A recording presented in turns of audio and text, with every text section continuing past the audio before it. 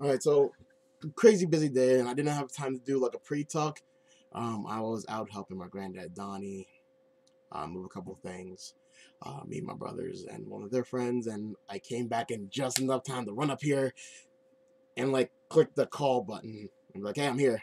Like I think I might have been like a minute late.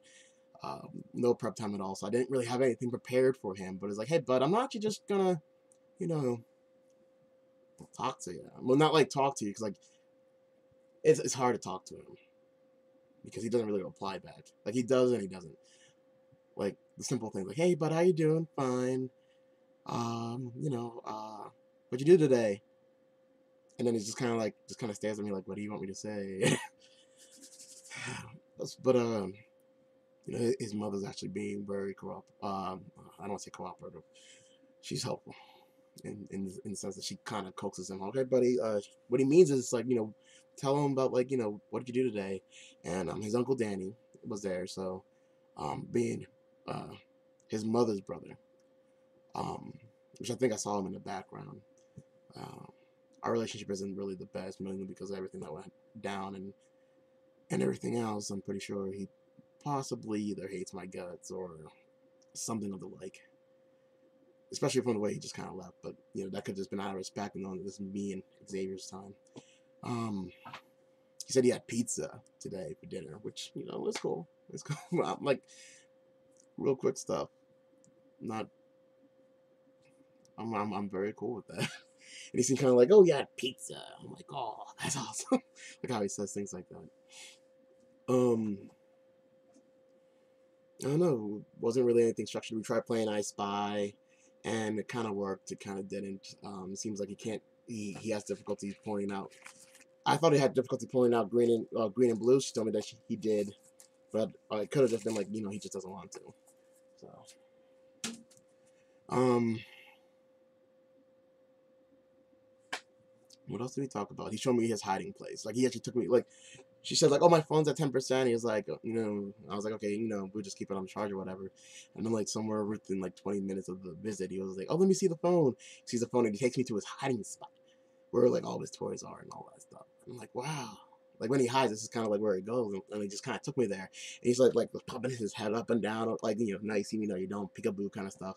And then like he just kind of like looks at me like this, and I'm like, like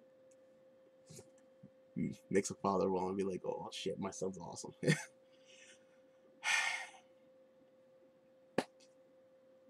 Oh no, it was good. It's good seeing him, and I also can't wait to um, see him in person. I'm ready for the day.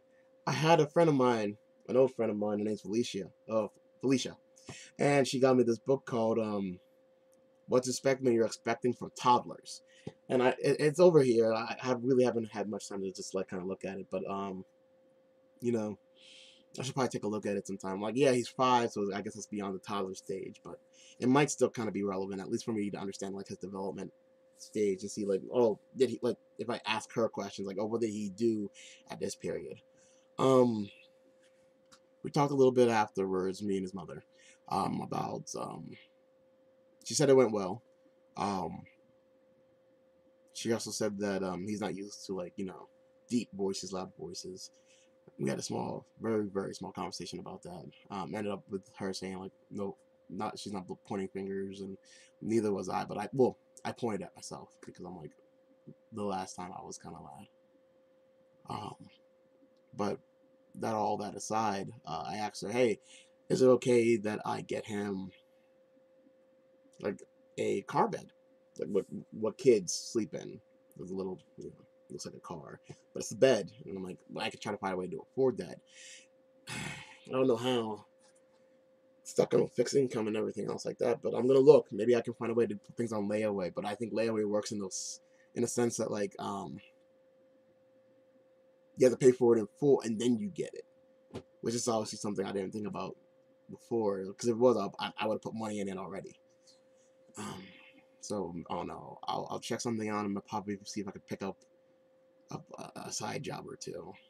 I was also trying to see if I could work on the car this month, but the side bet is actually that expensive. It's something that I want to get him because he needs a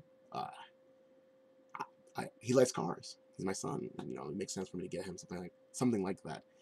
But I didn't have time to really wait for her to reply. I just kind of sent it to her. I also asked her if it would be okay that I talk to his teachers.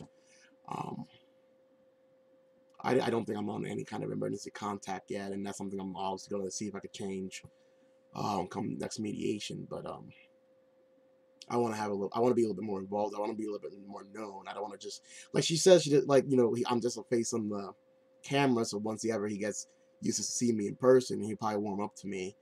But at the same time, teachers, doctors. Oh, the doctor, she could possibly tell me stuff. And oh, if you don't know, I'm like, oh, can you let the doctor know that I'm going to give him a call, find out a little bit more what's going on. That stage hasn't happened yet where I need to talk to a doctor, but at least at school, that's a daily thing. You know, so you go like, hey, you're Miss, I forget, Mrs. Grant, I think. And I was going to be like, hey, Mrs. Grant, I'm Xavier's father. Um, on the phone, obviously. I'm like, hey, I'm Xavier's father. Is there any kind of information you can tell me about, you know, how he's doing in school, how he's interacting with other students? His mother told me quite a few things, but, you know, I kind of want to hear things from the horse's mouth. I'm not saying that she's not trustworthy, but, like, you know, maybe she might be able to put things in different words for me to understand it better. So, you know, hopefully next week or whenever I get a reply from her from that, she might just be like, well, you know, she's not ready for that. Whatever. That's fine. I'm still gonna push forward the next mediation. And if she doesn't want to do it on her own will, that's her choice to make. I'm still gonna push for my own. So, but you know, all things aside, you know, it was a good visit. Actually, it was a little bit better than last time. So I'm happy about that. I'm exhausted. I'm sore. My shirt got messed up. Buttons got popped off whenever I was working earlier today, which got me where I was helping my granddad. So I'm gonna go downstairs, look for some food, upload these videos, and hopefully, I don't know, relax for like the 2 seconds, and I have 15 other things to do. Because right now I'm actually doing 3 other things as I'm recording this. I'm not a good dad. Because a good dad would have figured out a different way to not let something like this happen. A good dad would have been, I don't know, something different. But I'm gonna try to be a better dad than I have been lately. Not that I wanted to stay away, that never was a choice that I made. But at the same time, the actions my own actions put me in this situation. Granted, they were caused by a domino effect of everything else, but I'm going to try to be a better dad. And that's my goal, because I'm still dad. Oh, that's the name for the series. You know, oh, cool.